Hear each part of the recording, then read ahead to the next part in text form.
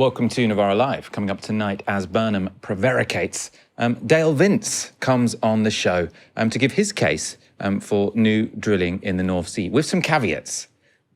Very interesting interview, not one I was sort of expecting to be making. Dale Vince on why Rosebank and Jackdaw might make sense. Also, ULEZ is proving its worth in the lungs of the capital's children. Some good news for you there. A jury returns no verdict on all charges against 7 defendants in the Elbit Systems break-in. This one really interesting because the jury had an interesting question to the judge. I'll be speaking to Stephen Methven about that in the second part of the show. So after a record-breaking summer of heat waves, Andy Burnham appears set to approve a new gas field in the North Sea. The Telegraph on Monday reported that sources close to Burnham say he was minded to approve a new Jackdaw gas field, and the report said no decision had yet been made about the Rosebank oil field. Andy Burnham was asked about Rosebank and Jackdaw today. I think we just need to get this in, obviously, in some perspective. The country cannot stop using oil and gas anytime soon. There's a transition that has to be gone through. So that's just the reality of it. The question is, how do we go about that transition? And there is a legitimate question to say, could we speed up that transition to clean energy via using what reserves we've got? There's a curious argument. He's saying we can use the reserves. So I suppose sort of implicit there is get more oil from Rosebank and get more gas from Jackdaw. But by getting the fossil fuels and presumably burning them, I mean, what else are you going to do with them? We will speed up the transition to net zero. Slightly confusing argument. Remember also, emissions are cumulative. So if we emit them now, but still get to zero by 2050, the carbon still stays in the air, right? Which is why sort of people make the strong argument. Keep it in the ground. It's not like, let's just go gung-ho for now and then we'll get it down, by 2035 or whatever. Everything that goes into the atmosphere now will stay there for a bloody long time, especially the carbon. Methane, not quite so long. I think this sounds a little bit like he wants to have his cake and eat it. Now, I think we might have mentioned on the show before, there are some similarities, I think, between Andy Burnham and Boris Johnson. So both city mayors that became prime minister, both people who really like to be liked, both people not particularly associated with committing to particular policy positions. So somewhat fluid, both personable, both sort of, happy enough to talk to people. Now, hopefully, the comparisons end there. Obviously, I'm not saying Andy Burnham is the new Boris Johnson, but there are some similarities, I think. Someone who, or a group who have sensed an opportunity are the Green Party. So they've released new analysis, which they say shows Labour could lose 50 seats if they approve new oil and gas. Now, this is internal analysis shared by the Greens with The Guardian, based on Friends of the Earth research, which showed 55% of the public wanted climate action to, quote unquote, go faster. And then they mapped this onto Labour Green marginal seats. Now, from my reading of The Guardian piece, I'm not sure how scientific this sounds. They do, though, have a point that Labour approving new fossil fuel extraction after a summer of heat waves will definitely piss a lot of people off, understandably, I think. And that includes a bunch of musicians. So 200 musicians, including Tom York, Romy and Brian Eno, have urged Andy Burnham to reject North Sea drilling. Someone who has come around to the idea of approving new oil and gas in the North Sea, though, is Dale Vince. Now, Dale Vince is the founder of the green energy firm Ecotricity. He's been a donor to Just Stop Oil, the direct action group, the Green Party. Since 2023, he's been a significant donor to the Labour Party. Now, back in April, Vince told The Times that allowing new North Sea drilling would be a betrayal. But on Monday, he surprised Faisal Islam when he said this. I have a different position perhaps than the one you expect me to have. There's a way that we can make sense of this North Sea puzzle. We can actually bring our bills down, which we can't at the moment unless we do this one thing, which is price control the North Sea. At the moment, the global market sets the price, and it doesn't matter how much we make here, we pay the global price. If we price control it like we have our retail energy sector, we can actually save money, and that makes more sense of the North Sea, and it would make more sense of Jackdaw and Rosebank. Oh, right. So, I mean, have you changed your position? Because it did appear that you were against it fairly recently, entirely on the reopening of oil and gas from your social media.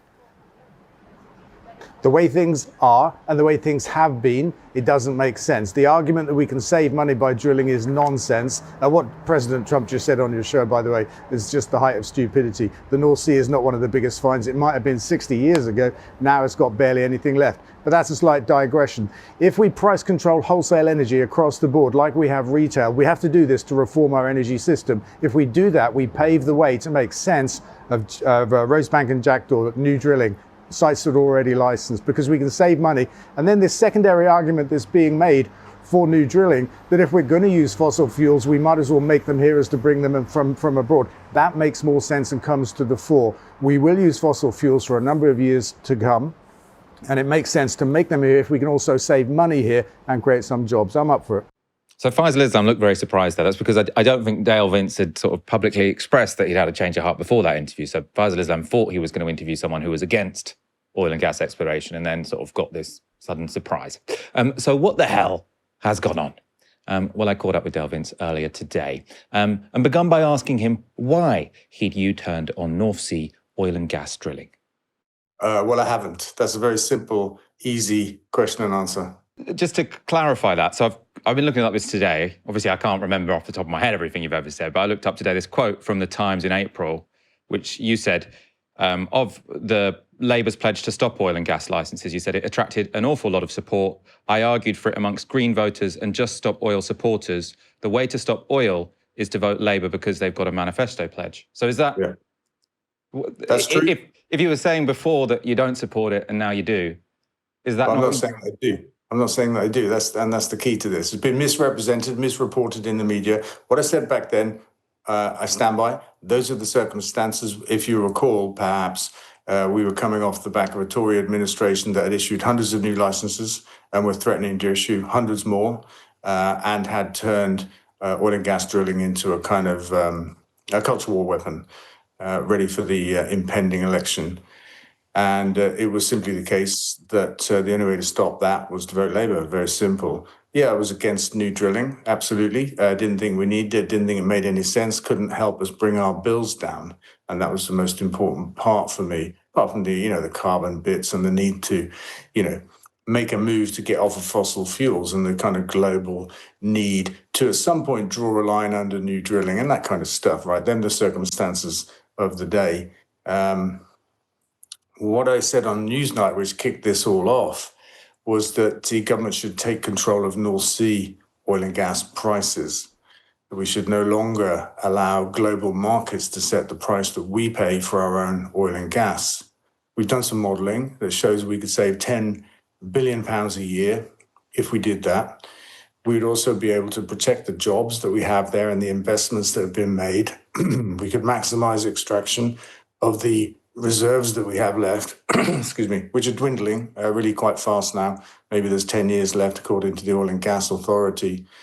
But we can basically put an arm around the North Sea, protect them from global price shocks, because as our fields decline in production, they become less economic and increasingly vulnerable to price shocks in the global pricing system. So there's a lot of good things could come from this. And optically, it's about putting an arm around the North Sea, using the same mechanism we use for green energy for, let's call it brown energy, and putting them on an equal footing. But we get to save £10 billion. We get to end windfall profits in the North Sea and have some really major economic boosts from it, because energy bills drive inflation and bank lending rates. So you made two arguments, as far as I understood it on Newsnight, which is that you wanted the government to introduce price controls on North Sea oil and gas so that it wouldn't be sold or it wouldn't be priced according to international markets. Basically, whatever Britain wanted to buy, it could do so at a set price, which would maybe give the oil and gas extractors 2% profit or whatever. A bit like how we sort of manage the distributors within the country. The retail suppliers, not the distributors. Sorry, the retail suppliers.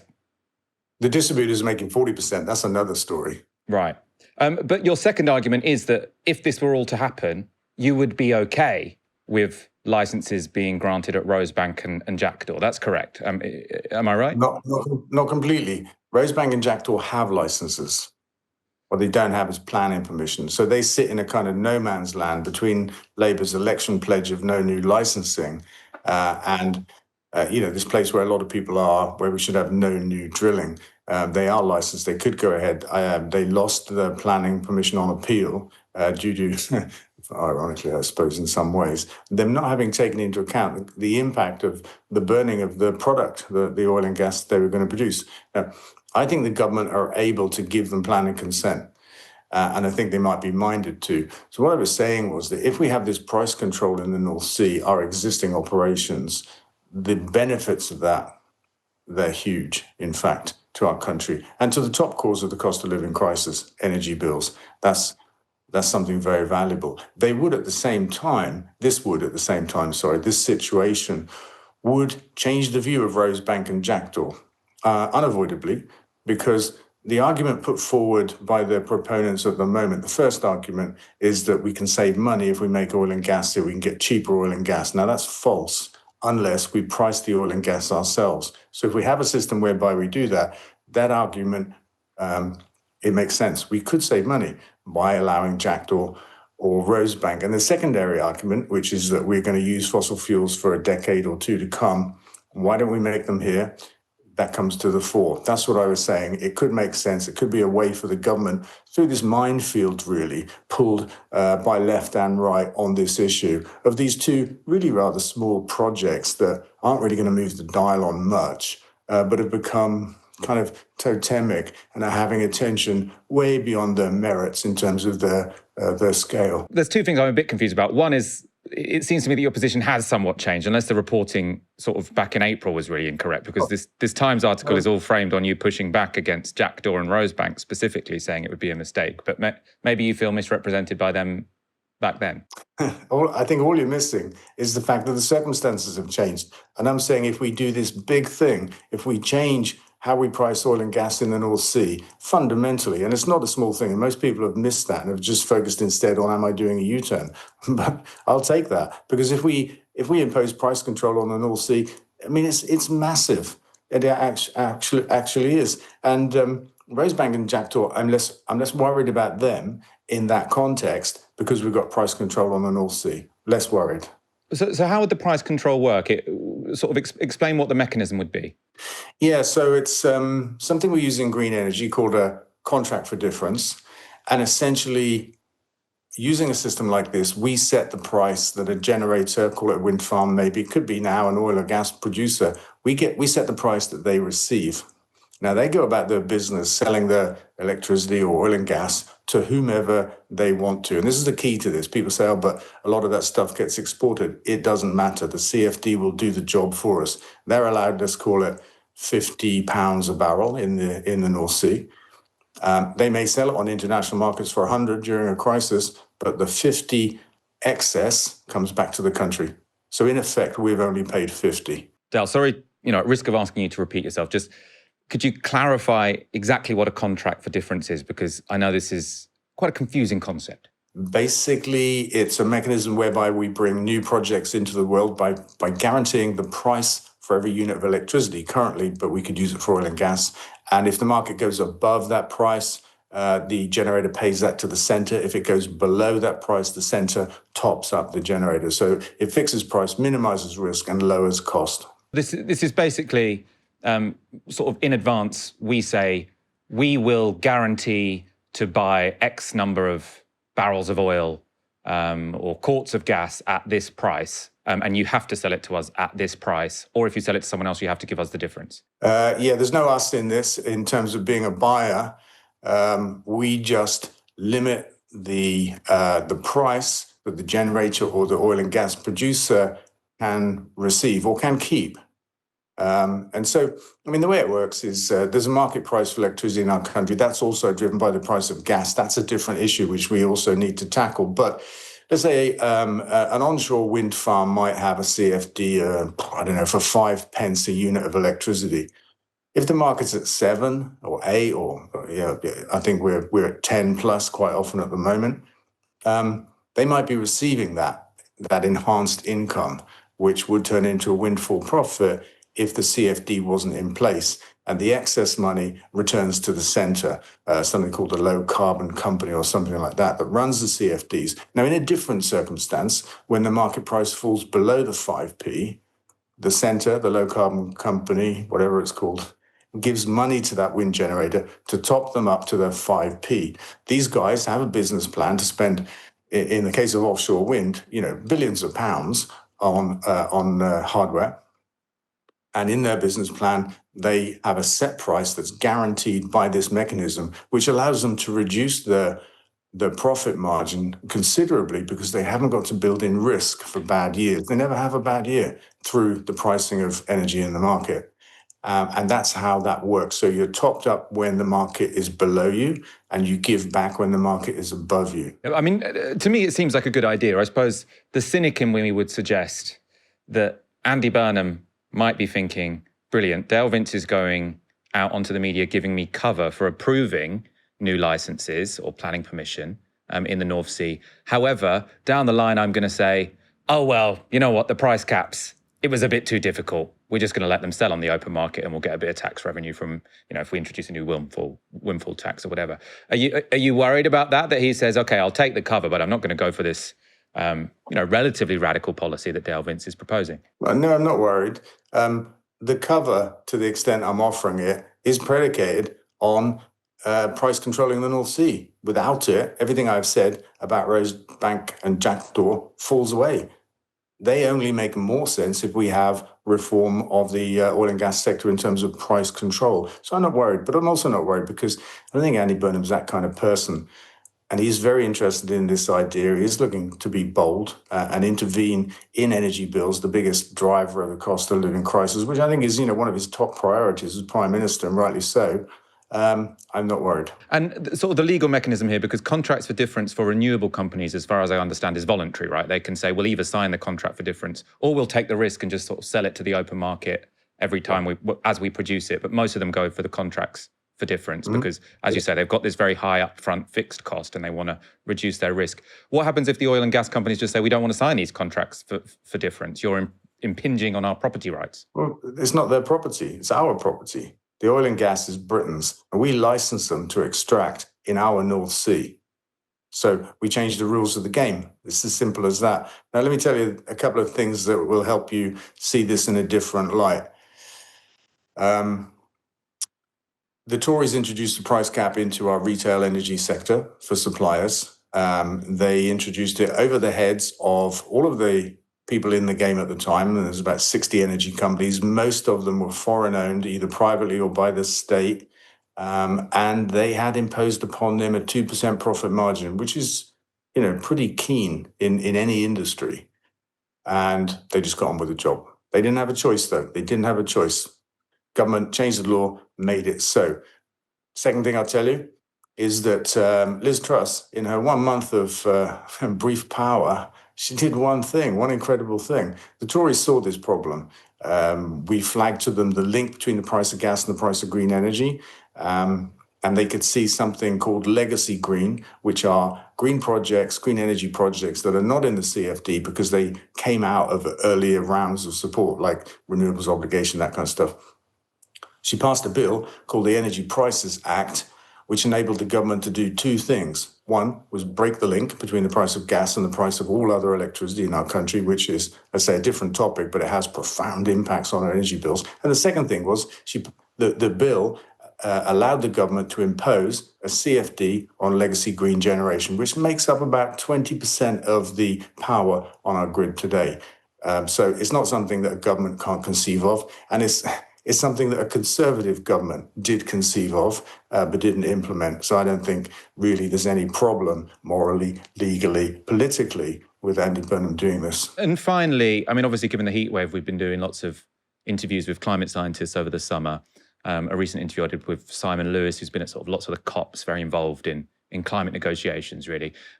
His big argument was to say that Britain actually does have some claim to be a climate leader, and that job is going to be made much harder if we renew licenses or give out new licenses for oil and gas extraction in the North Sea. And my understanding, as you've said, sort of in toto, sort of this is going to be fairly marginal concretely in terms of how much emissions will be released from these particular sort of extra bits of fossil fuels. But is there not the argument that politically, symbolically, this could be really significant and it's just therefore not worth it?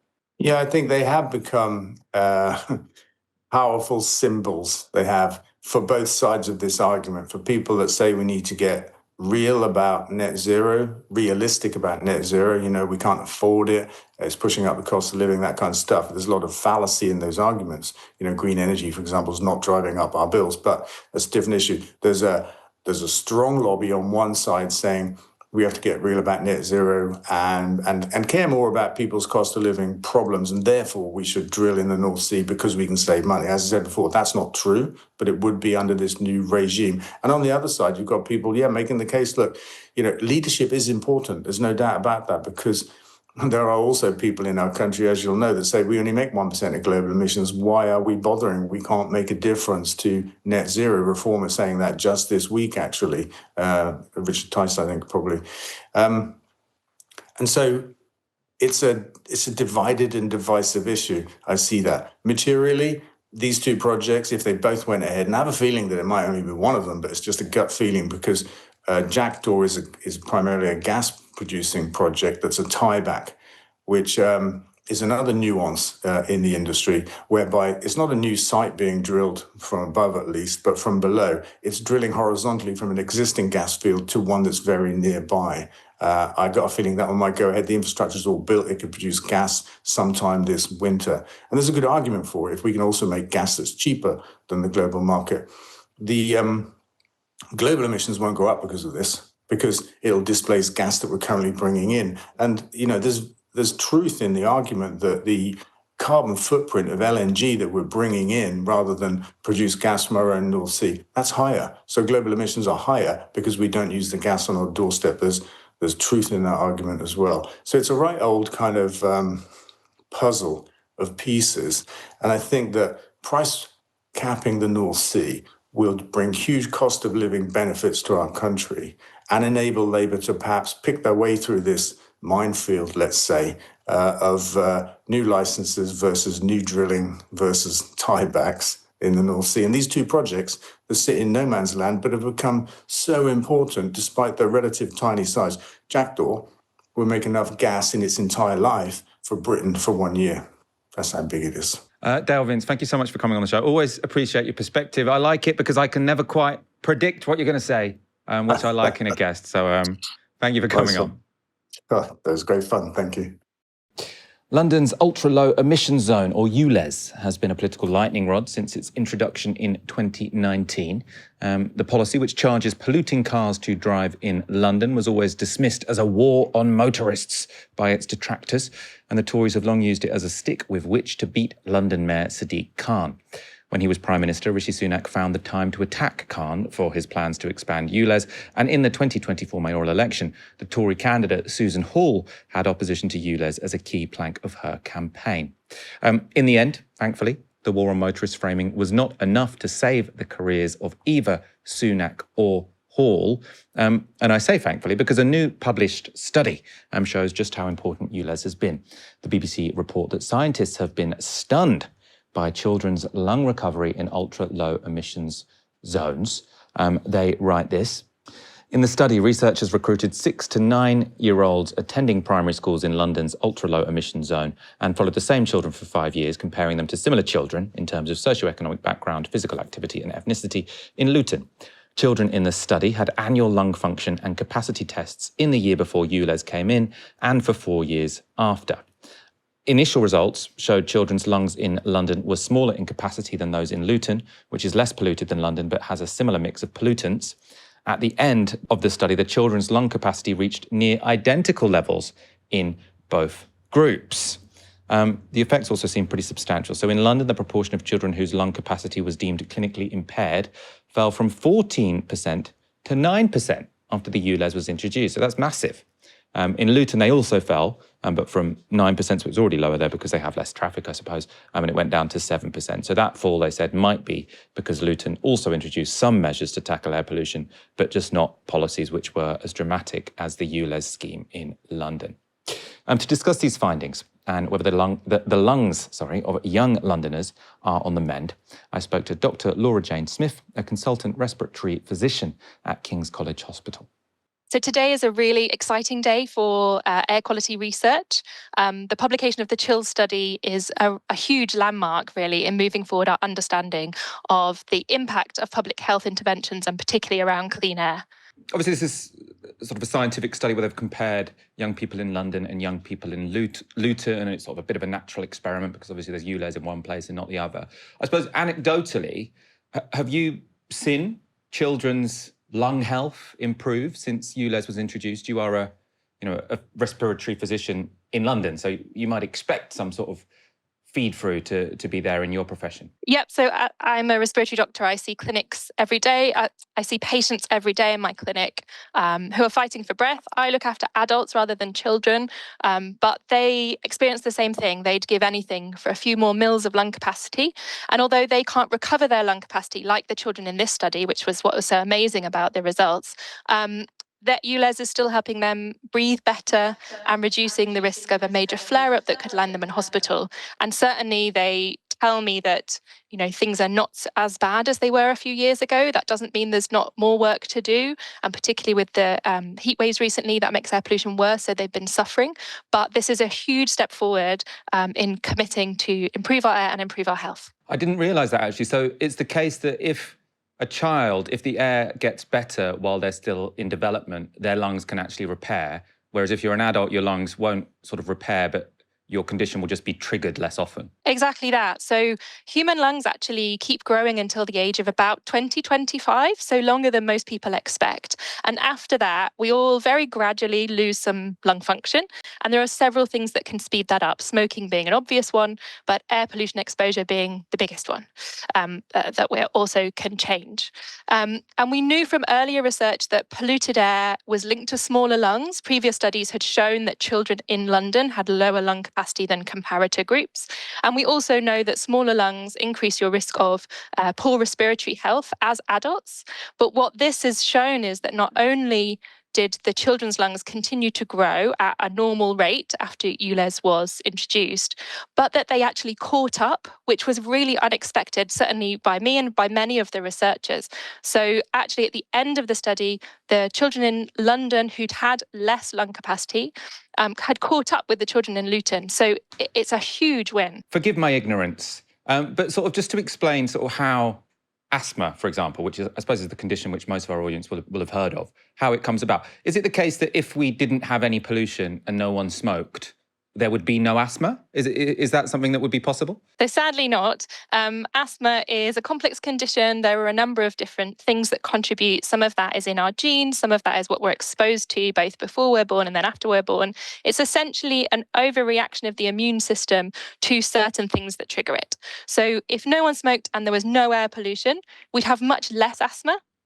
We'd have much less severe asthma. We'd have many fewer deaths from asthma, but we would still have some asthma. In general, because I know air pollution sort of in most of the country, most of the world, has sort of been improving. Obviously, it can always improve more. But is this one of the sort of areas of healthcare where it's seeming like sort of the line is going in the right direction, or are there still lots of sort of challenges we need to be aware of? Obviously, this study shows that things have been going in the right direction in London, and that's really because of quite bold action. I mean, you will probably remember back in 2019 when ULEZ was being introduced, there was huge pushback. And we have to give all credit to Sadiq Khan and the Mayor's office for really pushing through and acting on the evidence and not being swayed by the loudest voices. This shows that public health interventions on clean air work, but that we have to be bold, because actually this study showed, in the time frame of this study, which was 4 years, Luton also brought in some interventions to try and reduce air pollution, but they didn't bring in, a huge intervention like the clean air zone. And so there was some improvement in Luton, but it was much less. And what we know is that if we want to see big improvements in health, then we have to make big policy changes. We have to make big changes in the environment in which we live. And is your message that the whole of the UK should become an ultra-low emission zone, or I suppose just the built-up areas, or what would you sort of propose? Where should we go from here, let's say? I think there's lots of places we could go and we should go. This should really spur us on to say, not only did we know this was the right thing, but we now have evidence to show that we can materially improve children's lives. A whole generation of children will, instead of growing up with stunted lung growth and storing up health problems for years into adulthood, we've now given them the opportunity to really start life well. There are lots of things that we still need to work on. In London, that would particularly be phasing out domestic wood burning, which is still a big contributor to air pollution in our cities. And then we need to act on lots of things. So other aspects of road pollution, diesel cars are still all over the place, having cheaper and accessible public transport, and really just getting off fossil fuels, which is what we need to do for the climate crisis as well. And that will improve our health really very quickly. As we've seen in this study, just 4 years made a dramatic difference, and we need to take that further. Dr. Smith, thank you so much for joining me. Really, really, really interesting stuff. I've learned a lot. Great, I'm glad to be of help. Now, I knew there would be a comment saying, stupid question, Michael, when I asked the one about asthma. But, I mean, I would like to say I was just sort of asking a stupid question in case anyone in the audience didn't know, but I also actually didn't know. So maybe it was a fair enough comment. In late June, 8 defendants alleged to have been involved in a Palestine Action break-in at an Elbit weapons site near Bristol stood trial at the Old Bailey in London.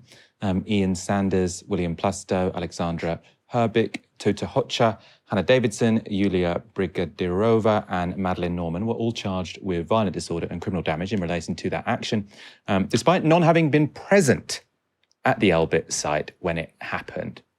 William Plastow was acquitted of the violent disorder charge during the trial. Today, though, the jury has returned no verdict on all the remaining charges against the 7, meaning it was unable to find them guilty of anything, of any of the charges. The prosecutor in the case had alleged that the 7, so sort of part of what's known as the Filton 25, helped plan the action. So they weren't there, but they're saying they were, well, the allegation was that they were involved, and that they compiled an equipment list, undertook reconnaissance, purchased items used by others and coordinated the break-in and its filming. All 7 had previously been charged with aggravated burglary as well, but were formally acquitted of that charge in February this year, after a jury cleared the 6 activists who actually broke into Elbit, or who were actually alleged to have broken into Elbit, I should say, of that charge during their first trial. Now, in this latest court case, all defendants denied any wrongdoing, and after 37 hours of deliberation, the jury was unable to find the 7 of them guilty of anything. So it means the case found it collapsed. There might be a retrial. We don't know.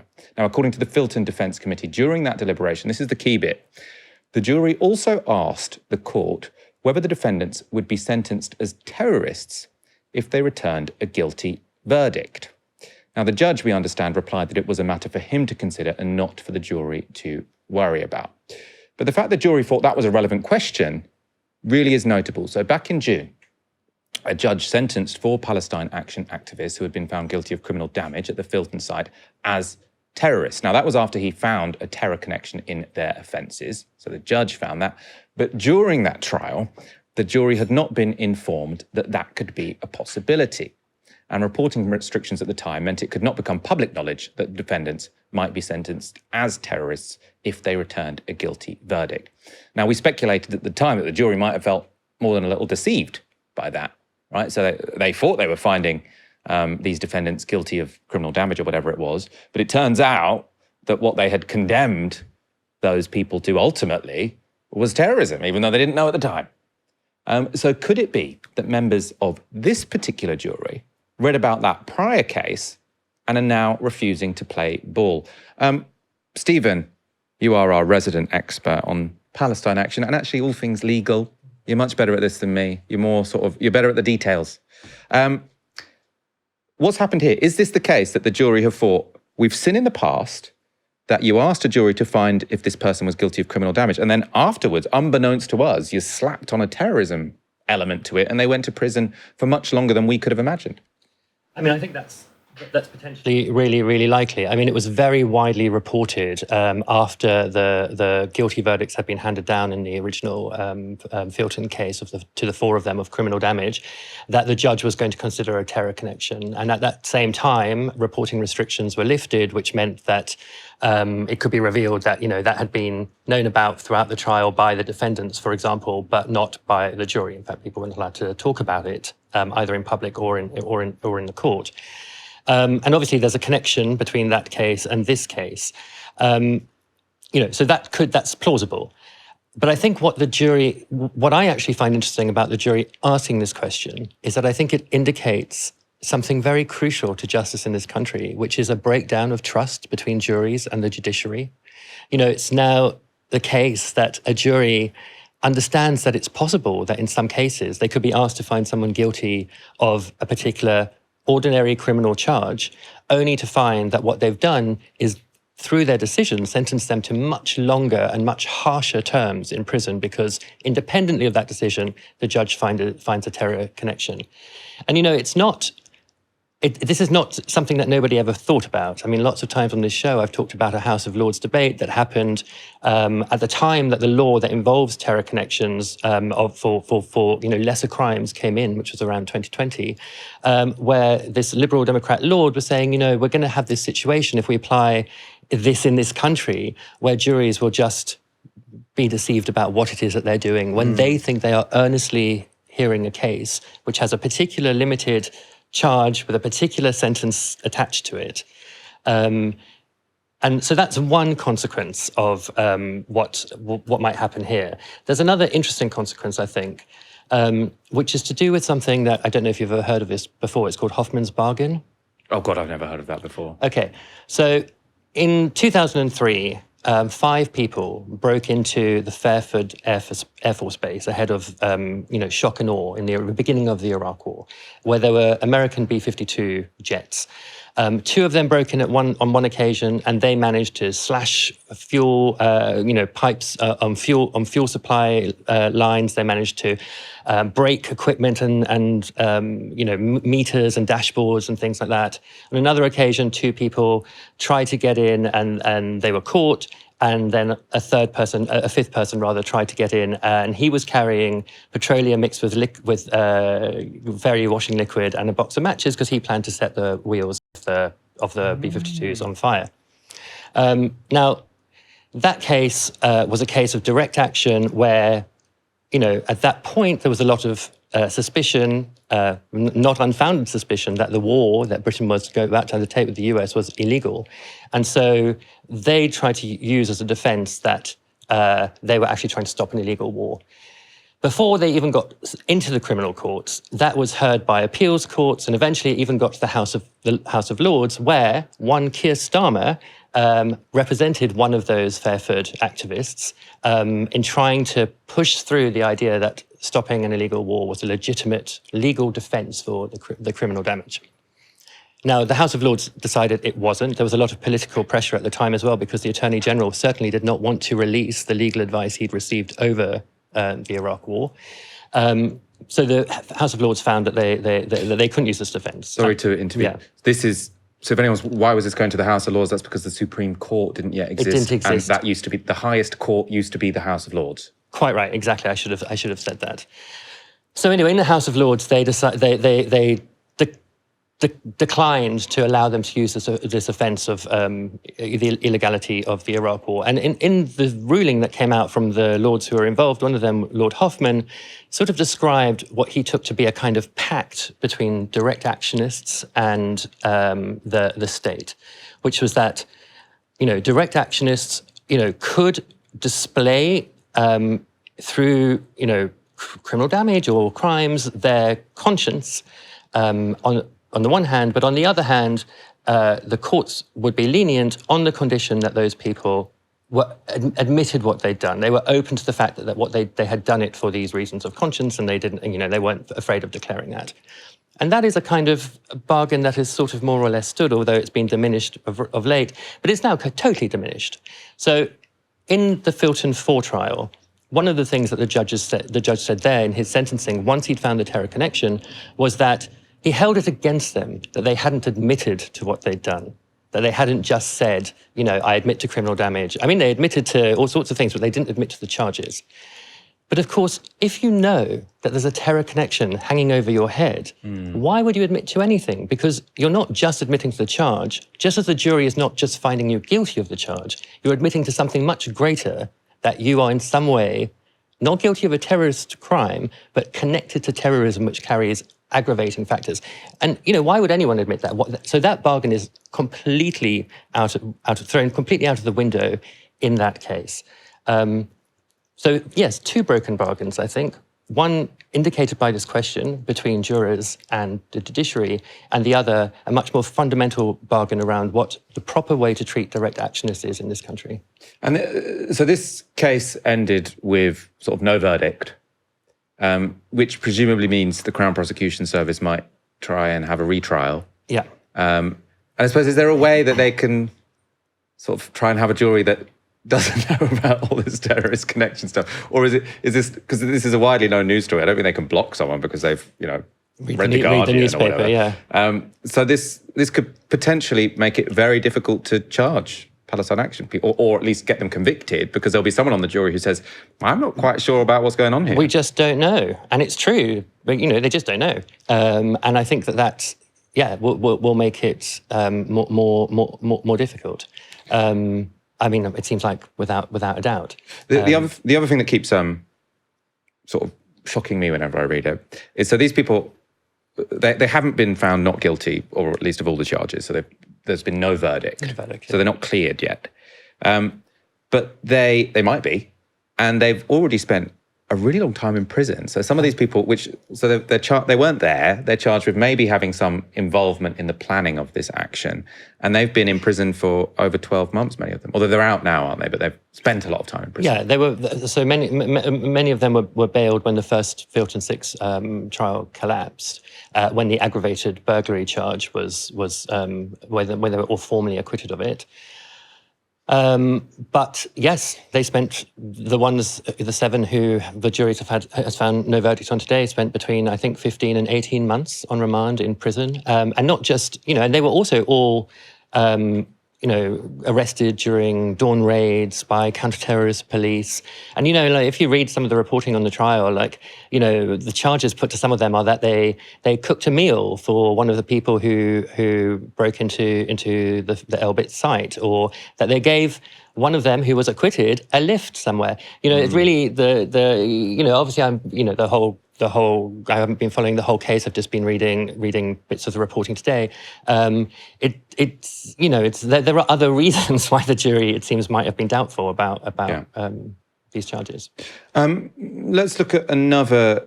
Well, it's not a court. This is a decision coming up, isn't it? Because on Friday, we will see a judge considering whether there is a terror connection in another Palestine Action case. So 5 activists here were found guilty of criminal damage in July. And that was after causing an alleged £200,000 worth of damage to a Barclays bank branch in Burnley in August 2024, when they sprayed the storefront with red paint and splintered some windows. Now, I know lots of people looking at the damage think, was that really £220,000? But anyway, they've been found guilty of the criminal damage. However, in that case, the question of whether there was a terrorism connection was raised by the judge himself. Interestingly, unprompted by the prosecution. So sort of, the defendants were found guilty. The prosecution hadn't even mentioned it. And then the judge thinks, maybe there was also some terrorism going on here. That was, again, after the convictions were secured. So what's going on here? I mean, how big a difference would it make if, presumably these guys, I mean, I imagine they're already in custody, are they? These ones, if they've been found guilty? Or? No, I think, I'm not sure. I think they're on bail. They're on bail. Pending sentencing. How big a difference would it make here if the judge does decide there was a terrorist connection? It's actually really impossible to say, because there are so many factors that go into sentencing and then go into the level of aggravation caused by a terror connection if one is found. But there are some things that, certainly are true, that, if a terror connection is found in your offence, then you're subject to monitoring for a really long time. Once you've finished your sentence, you're also having to report things like new relationships, new phone numbers, moving home for a serious period of time. If you're in custody, you're treated within the prison complex, the prison system, as someone who has a terror conviction, which means that you're treated very differently from the general population in lots of ways. It's a very significant thing to find. And I think one of the really interesting things about this is that, the Terror Act, when it talks about criminal damage in relation to, when it's defining terrorism, it's serious criminal damage. And the question here is whether, in the Filton 4 case, I think it was estimated around £1 million or something like that. In this case, we're talking about a fifth of that. What counts as serious is. I think we've talked about this before on the show, haven't we? Where there was a debate in the House of Commons when the Terrorism Act was first being passed, where there were MPs who had sort of objected to criminal damage being included as possible terrorism. And then I think whoever was speaking for the government said, look, we clearly can think of sort of scenarios where attacking property could be terrorism. Think about if they attacked the electricity infrastructure, for example, or poison the water supply. Yeah. So they were making the argument like, no, it is possible that you could have property damage that looks like terrorism, and that is true. But now they are A shopfront. a shopfront. That's not terrorism. Shopfront with spray paint and splintered windows. That's and nobody imagines that is could possibly be an act of terrorism. Yeah, and maybe now that is undermining these cases because juries are thinking, well, I don't want to find them guilty of criminal damage if I think that they could end up then being called a terrorist because it doesn't make any sense. Yeah. Brilliant. Thank you for that update. That's all right. I'm always so enlightened when you come and tell me about the latest of these court cases. I do my best. I learn about Palestine Action. I learn about how the legal system works. I love it. Our final, it's not really a story, sort of before we go, as you'll know, sort of from watching our coverage over the past week, there's been lots of sort of consideration, reflection going on about the tragic passing of Jason Arday and how Novara did or didn't report on that in the run-up to it, and also people's social media behaviour. Obviously, you heard from Aaron Bastani yesterday. I know, Stephen, you've been going through some emails that have been sent to us, which you've said lots of them are sort of very thoughtful and interesting, and you wanted to talk about them a little bit now? Yeah, I do. So I've been going through complaints that we've received about our coverage through the inbox. And these are some of the most sort of beautiful, considered, careful, but also really critical emails that I think I've ever read. I'm taking significant time to compose equally thoughtful and careful responses to them. If you have emailed, you will get a reply. It is just taking me some time to go through them all and really put together answers that I think are going to be satisfying to the issues that you raise. And I'm also not going to be deflecting some of the issues that you raise either. And I think through reading these emails, a couple of themes have arisen. And, I think probably, maybe not, but probably we're coming to the end now of this kind of on-air reflection, this practice of reflection over what our coverage was like. But that doesn't mean that it's going to be the end of it, because where there are going to be many discussions through our editorial processes amongst, the team here at Novara. There's also going to be, I'm sure, discussions in our chapel, which is the union here at Novara, because there are many, many workers here who you don't see on screen, of all kinds, who also have views about what has happened. And that will be a space where that will be discussed as well. And some of the issues that, just to draw out some themes that have come up in the mailbox. There are questions about, whether our coverage really adheres to our editorial code, where we describe our three core values as a commitment to emancipatory politics, honesty, and integrity with self-reflection.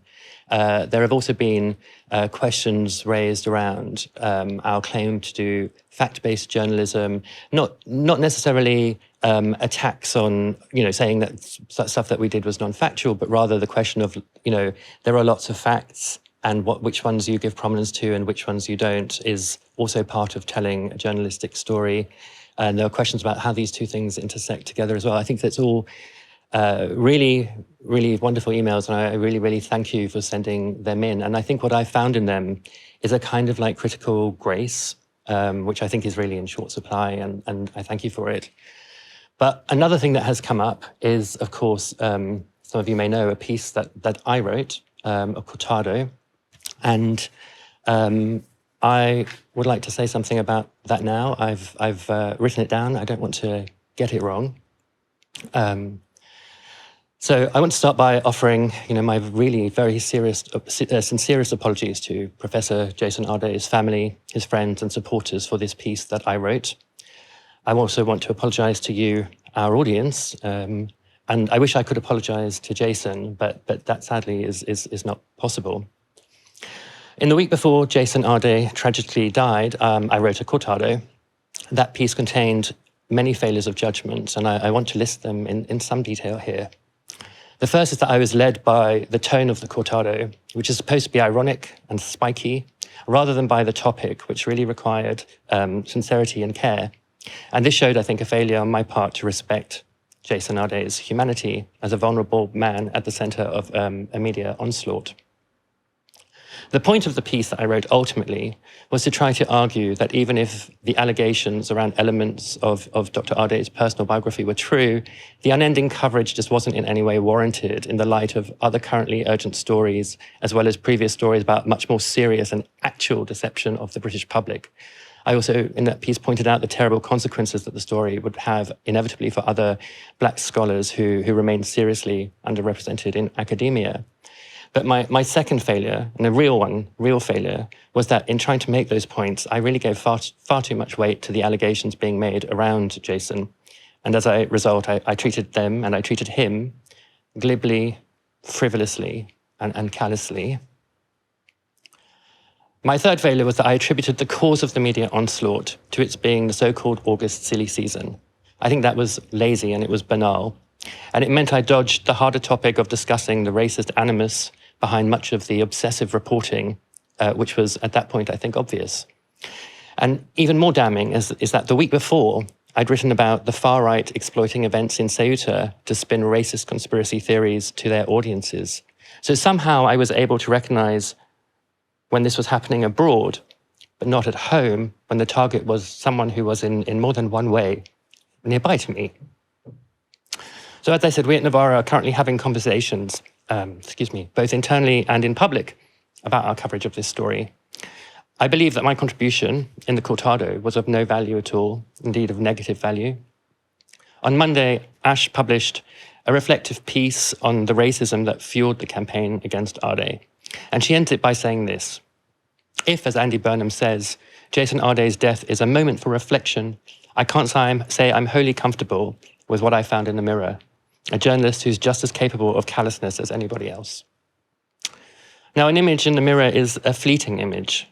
The image of me, also as a journalist capable of great callousness, is now permanently on the page. It's one that I can't escape. And I think that's right. I think that's a necessity to ensure that I never make such grave and irresponsible errors of judgment again. And I hope that it will allow me to help others also to avoid them in the future. And I want you to know that I really value little higher than my journalistic reputation and the trust of our audience. I know that it's now very damaged, and all I can do is my best to rebuild it. So this is only the beginning of a personal apology. The rest will come, I hope, in the quality of my work as we go forward. Thank you for that, Stephen. And as it's very, very clear to all of our audience, this is something you've been thinking incredibly, seriously about, and that you feel very deeply. And thank you for being so open there. We're going to wrap up tonight's show. We'll be back tomorrow, of course. Thank you so much for watching. For now, you've been watching Novara Media. Good night.